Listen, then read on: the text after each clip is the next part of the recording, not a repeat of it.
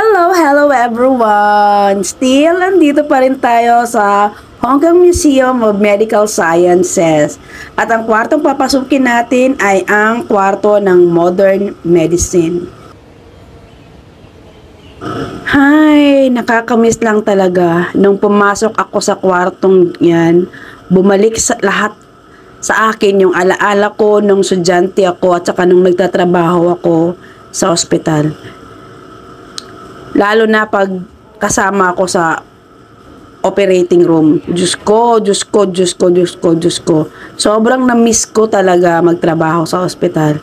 Nung makita ko yan, naalala ko yung college days na ilang oras akong nakatayo, ilang oras akong naka-assist or nag-a-assist sa doktor while nag-o-opera, mabibigay ng mga instrument, ganun. At familiar ako sa mga instrument na nakikita ko dyan. Hindi yung nasa hindi yung nasa screen, kundi yung mga nasa paligid niya. Mamaya ay makikita nyo. Dyan kasi pinakita ko muna yung modern medicine na meron ngayon ang Hong Kong.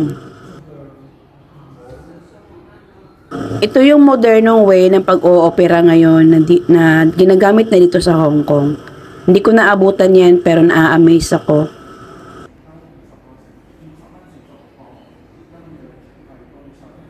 Hindi ko na naabutan yung panibagong yung modern modern machine na ginamit. Pero itong mga to, naabutan ko pa yan. Naabutan ko sa libro at naabutan ko sa actual. Hindi yung mga nakakahon na yan kasi very old na ng mga instrument yan. Yung ibang mga aparatos dyan, ibang instrument, naabutan ko yan. Nakita ko yan mismo sa aking mga mata. O tara, tapos na. See you sa next video natin.